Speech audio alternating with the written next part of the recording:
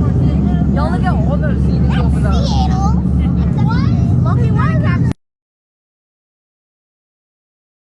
Maybe here. Boat ride with the. You get seasick. I don't know if I said that. Oh yeah. Is you okay, Hayden? Oh my god. What is that?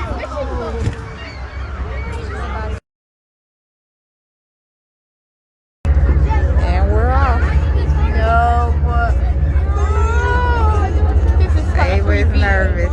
No, you need to fucking.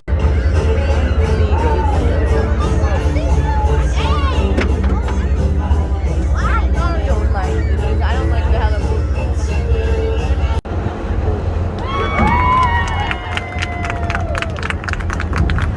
Oh, it's one of them old. Alrighty, here, things. It's your first mate, Patrick.